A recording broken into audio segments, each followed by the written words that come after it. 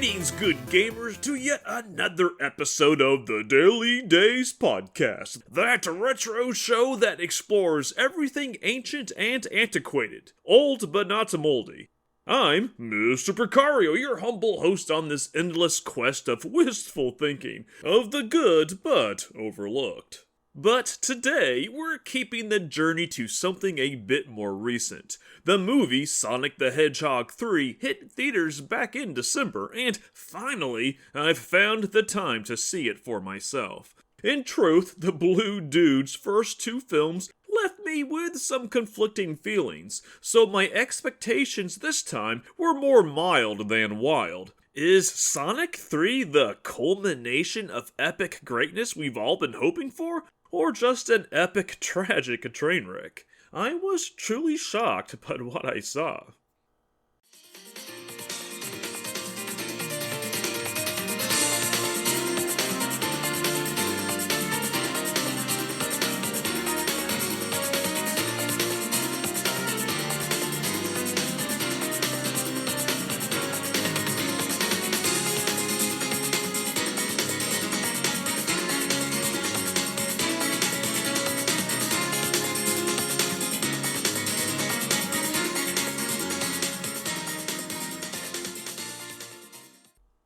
So, for anyone curious, I've reviewed the other Sonic films in two previous separate podcasts. Check them out if you're interested, but in short, although I did like these movies, I found them both a little wanting in certain areas. The first movie was more of a fish out of water, odd couple, buddy road trip kind of story that saw the strangely kiddified Hedgehog teaming up with small town cop Tom Wachowski to, well, ultimately stop the evil Dr. Robotnik and save the world. But really, more than fighting the Mad Doctor, the movie was about the orphan Sonic finding a new home, a new family, a new sense of purpose. The movie was good enough, with characters and a plot that did hold some undeniable charm.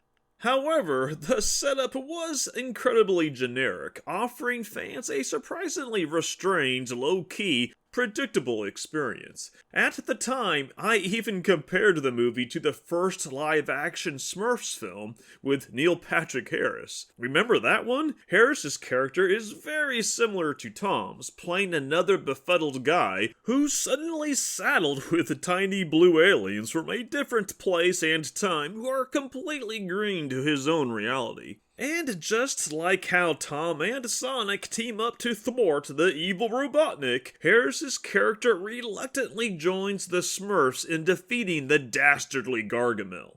Sonic 1, in essence, is the same script, saved, sort of, by the innate likability of Sonic himself. If not as cool as his video game counterpart, the Hedgehog still proves to be cute and endearing and definitely an improvement over the ugly Sonic version that dominated yesteryear's trailers, and later, our memes and nightmares.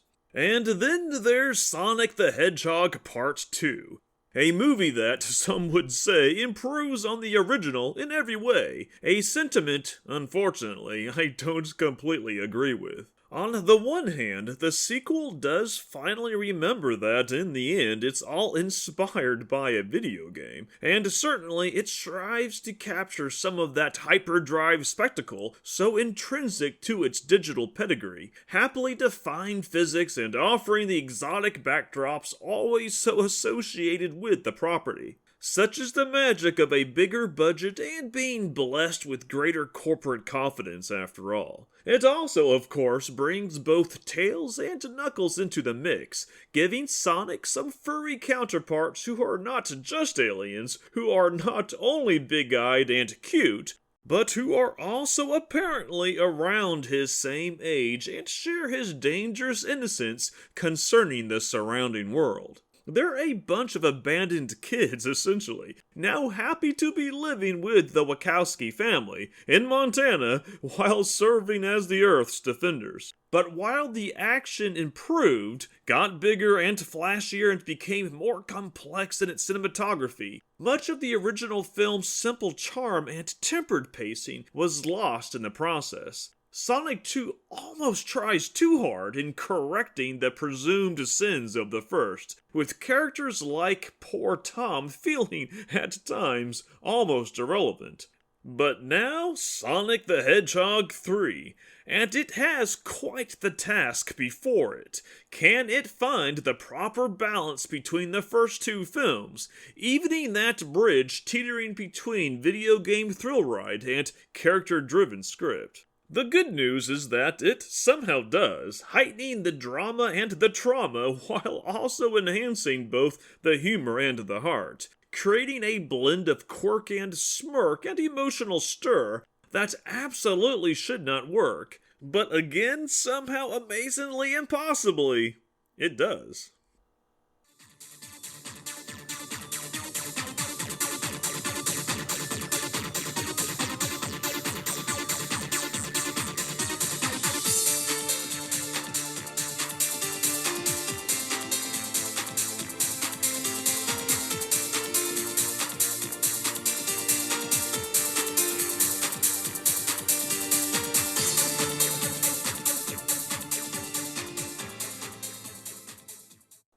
So, it must be said, Sonic the Hedgehog 3 is a ridiculous movie. Although the other films, largely thanks to Jim Carrey's pompous performance as the nefarious, egomaniacal Dr. Robotnik, were similarly wacky throughout, this movie is just drenched in sarcasm, in biting banter and alliterative wit, in nigh fourth-wall breaking wink-wink hijinks that, again, probably all stem from Jim Carrey's influence.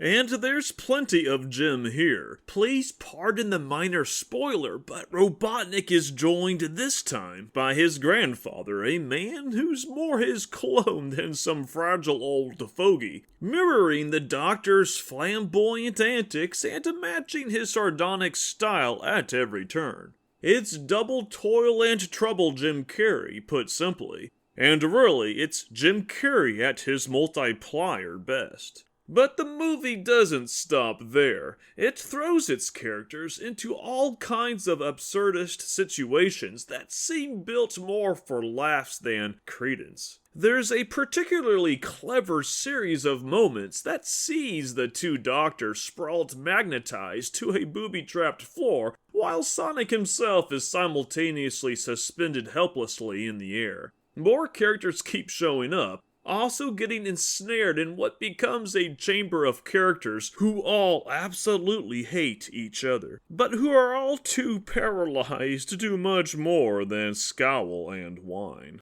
What ensues is an absurdist comedy of errors mixed with just a smidge of suspense. Another humorous scene shows what Tom and his wife have been doing while Sonic has been gallivanting across the globe. Bored out of their minds, the two have tried every kitschy hobby imaginable from croquet to ventriloquism.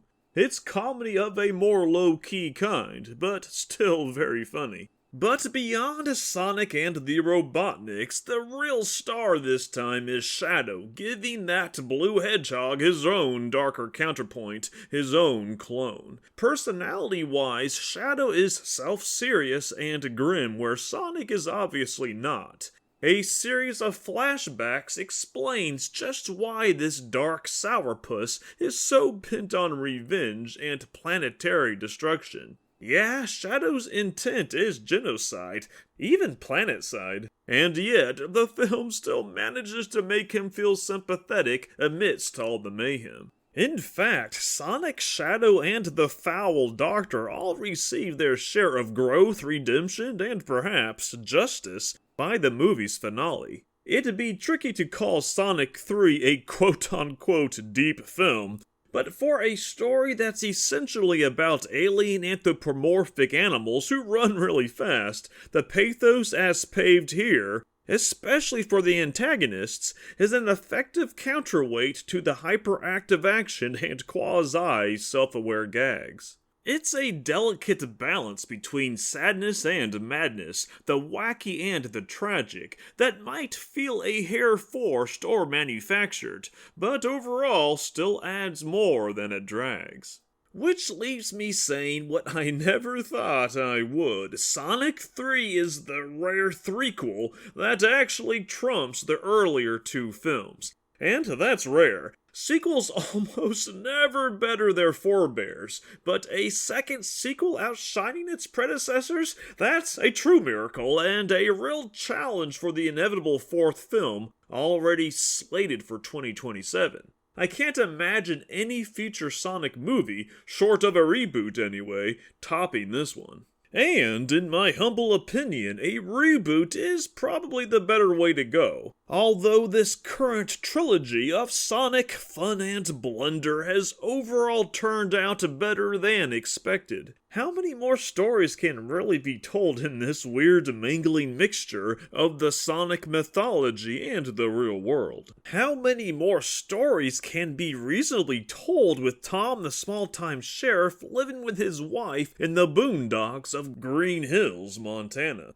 At some point, Sonic and the gang are going to have to grow up, find greater destinies, maybe even return to their original worlds, to go back to the true Green Hills, if you will. And if that is indeed where this franchise is headed, I hope it's soon. Let Sonic return to lands of checkered green and 360-degree corkscrews, of talking owls and marble ruins and palaces riding high in the sky. Let him fully break free from that mundane reality of Tom's tepid Earth, our Earth, for an existence less tethered to the real, more born for the surreal. This Sonic Trilogy that we've received did achieve the impossible. It made us care about a blue alien hedgehog inexplicably ripped from the realms of polygons and sprites and plopped into a zone resembling our own. And now, with 3 films done and another forthcoming, maybe it's time to let this young whippersnapper have that final ride, to grow up and say his last goodbyes,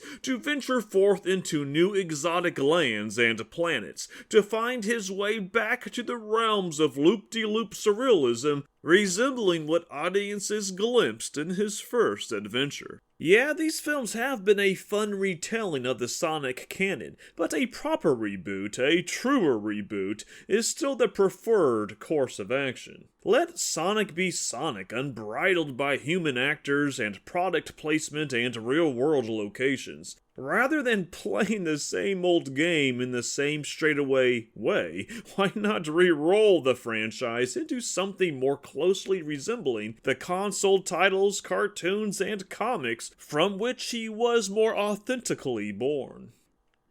Regardless, for what Sonic 3 is and what it tries to be, this is about as weird and zany and great as it's going to get. This Hollywood Hedgehog is a different kind of Sonic, but if not quite cool, he's definitely likable, endearing, and super cute. In short, Sonic 3 is not only one of the best second sequels I have ever seen, it's a pretty good Sonic the Hedgehog movie too. And Jim Carrey really is hilarious. Just go see it. And that's that, everyone. Thanks for listening, and for more celebration of everything obscure, unusual, and ancient, feel free to check out my website, lostnostalgia.com. That's lostnostalgia.com. Until next time then, everyone, this is Mr. Pacario signing off for now.